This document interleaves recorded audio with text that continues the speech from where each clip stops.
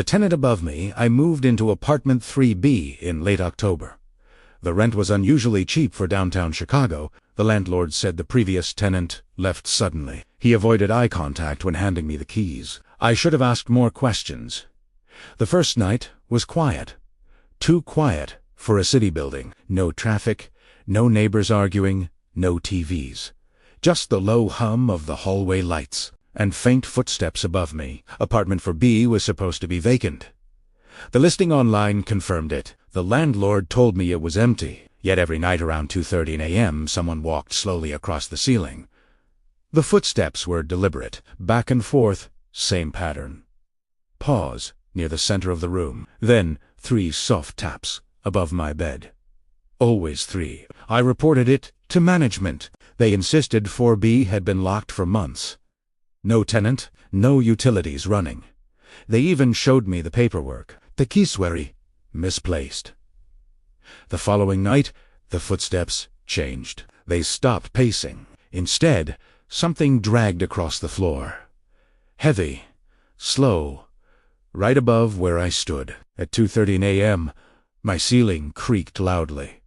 Dust fell onto my blanket. Then came a single whisper. Clear, close. "Can you hear me?" I froze, staring upward. The whisper came again, this time sounding irritated. "I know you're down there." My lights flickered twice. The next morning, I checked the hallway.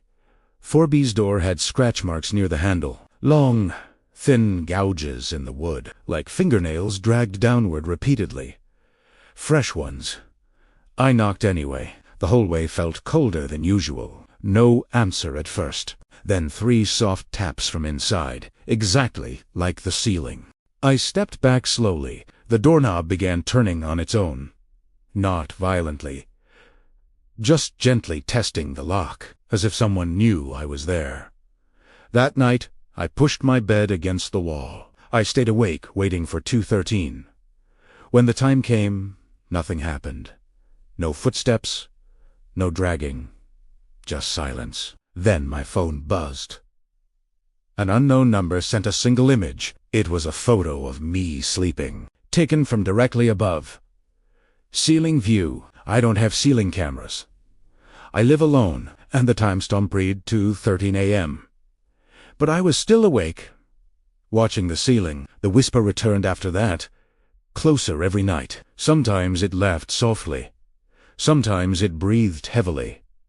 Sometimes it copyed my voice. 3 nights later, the ceiling cracked. A thin line split across the paint. Something pressed down from above, hard enough to bend the plaster, like weight testing the barrier. At 2:13 a.m., I heard a new sound. Not walking, not dragging, crawling. Right over my bed. Directly over my chest. The landlord stopped answering my calls. His office was suddenly closed permanently. The building tenants avoided eye contact. One woman whispered something passing by. "Don't let it switch floors."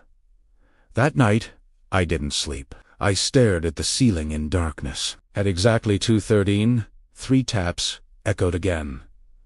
But this time, they came from below, under my floor. Something had moved apartments, and now it was underneath me. It changed floors the first night it moved below me. I didn't sleep. I lay flat on the living room floor, my ear pressed against the cold wood, waiting for any sound at all. At 2:13 a.m., it answered me. 3 taps echoed beneath my ribs, directly under my chest. Not random, not settling pipes. Intentional, patient. Then came the dragging sound again, but this time, it circled me, like something mapping my body. Slow scrape. Pause. Slow scrape. Never breaking rhythm. I stood up quickly. The dragging stopped immediately. Complete silence filled the room, as if it knew I wasn't listening anymore. As if it wanted my fear. The next morning, I checked apartment 2B. The unit directly below mine. The door was wide open. No furniture inside. Just scratch marks across the ceiling. The scratches mirrored mine from 4B, long thin lines around the center, and 3 deeper gouges above the bedroom, exactly where my bed used to be. exactly where I used to sleep. There was something written on the wall. Carved, not painted. IT follows the sound.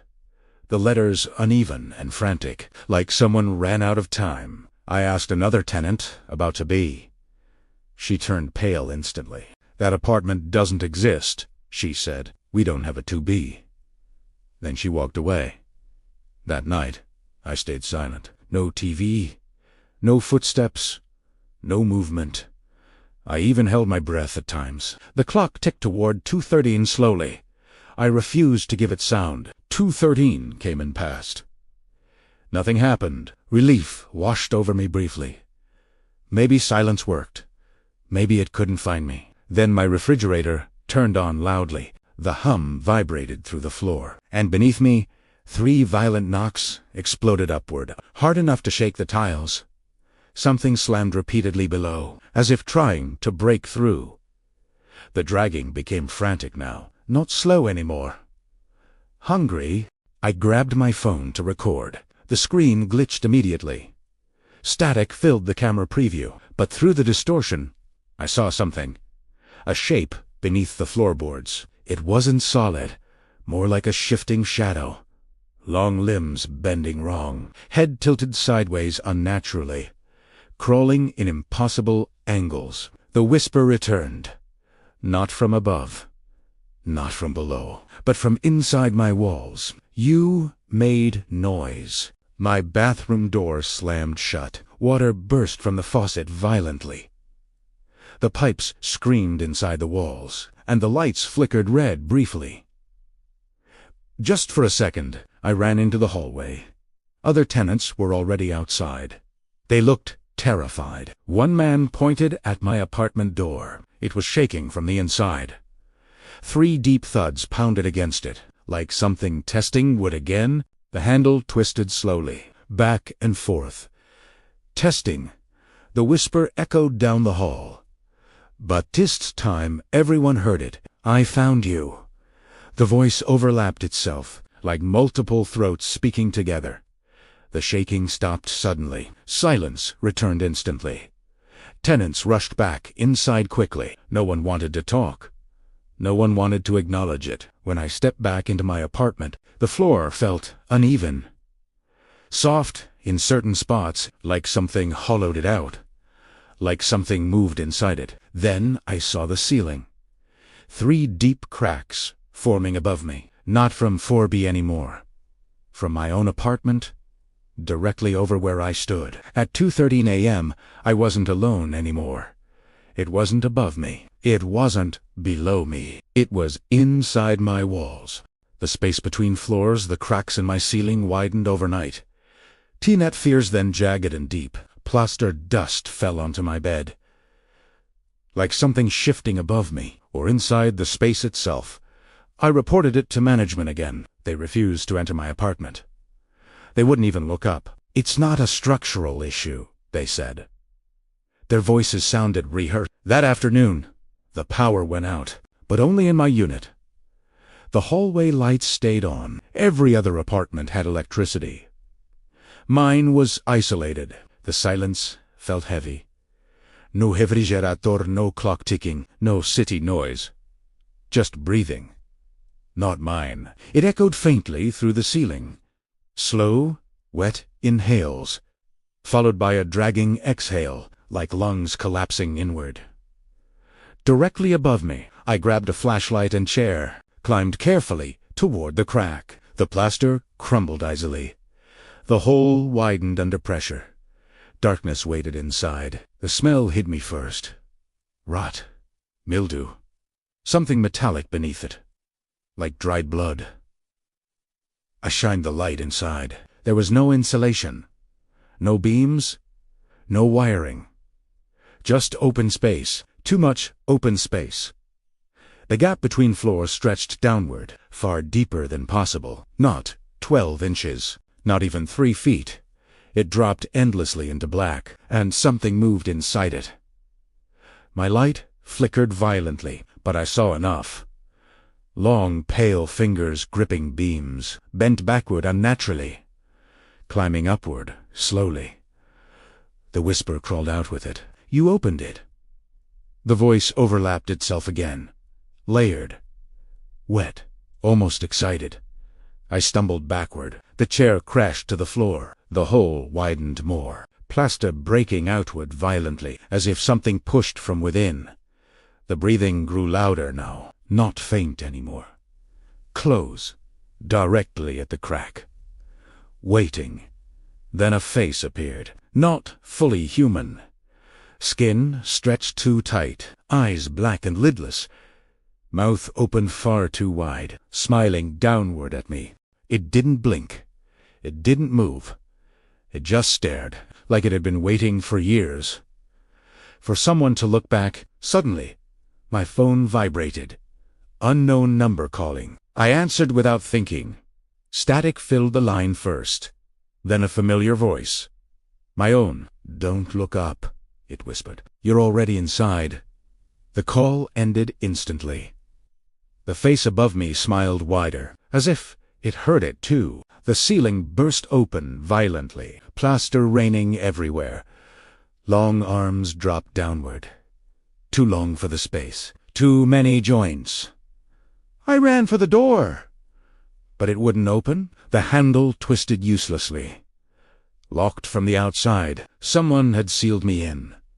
The lights flickered back on suddenly. Bright white, and everything stopped. The hole sealed itself. Smooth ceiling again. No cracks. No dust. No damage. Like it never happened. Like it was waiting for proof. I looked down at my floor. 3 deep scratches formed beneath me. Fresh. Wet. Still. Bleeding dust. The dragging sound returned, but not below. Not above. Inside the walls around me. Surrounding me. Then the whisper returned. Closer than ever before. Every apartment is a mouth, and you're standing in its throat. The hallway outside erupted with screams. Not one scream. Many. Layered together. Tenants shouting in terror. Doors slamming violently. Then silence. Complete silence.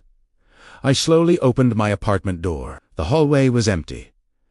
Lights flickering weakly. Every other door stood wide open. Every apartment vacant. Furniture gone. Walls bare. No signs of life. No personal items. No tenants. Just 3 scratches on every door. And at the far end of the hallway, a new door. Marked 4 bytes. The tenant that stays the new door at the end of the hallway wasn't there before. Apartment 4B. Black paint. No peephole. No handle. The hallway lights buzzed overhead. Every other apartment stood empty. Furniture gone. Carpets stripped. Walls exposed like bone. Only my apartment still looked lived in. Warm lights glowing inside. My couch visible through the doorway. My bed untouched. Waiting for me. I stepped toward 4B slowly. The air grew colder with each step. The smell of mildew returned, the metallic scent beneath it. Thick and heavy. The door creaked open on its own. No sound of hinges hoosed movement. Like lips parting in beating me ein. Inside wasn't an apartment. It was my living room. Exactly the same. Same couch. Same crack in the ceiling. But I was already sitting there. Another version of me. Staring forward blankly. Breathing slowly, eyes unfocused, mouth slightly open. I froze in the doorway. The other me slowly turned its head. Too slow. Neck stretching slightly, bones cracking softly. You finally made it, it said, but its lips didn't move correctly.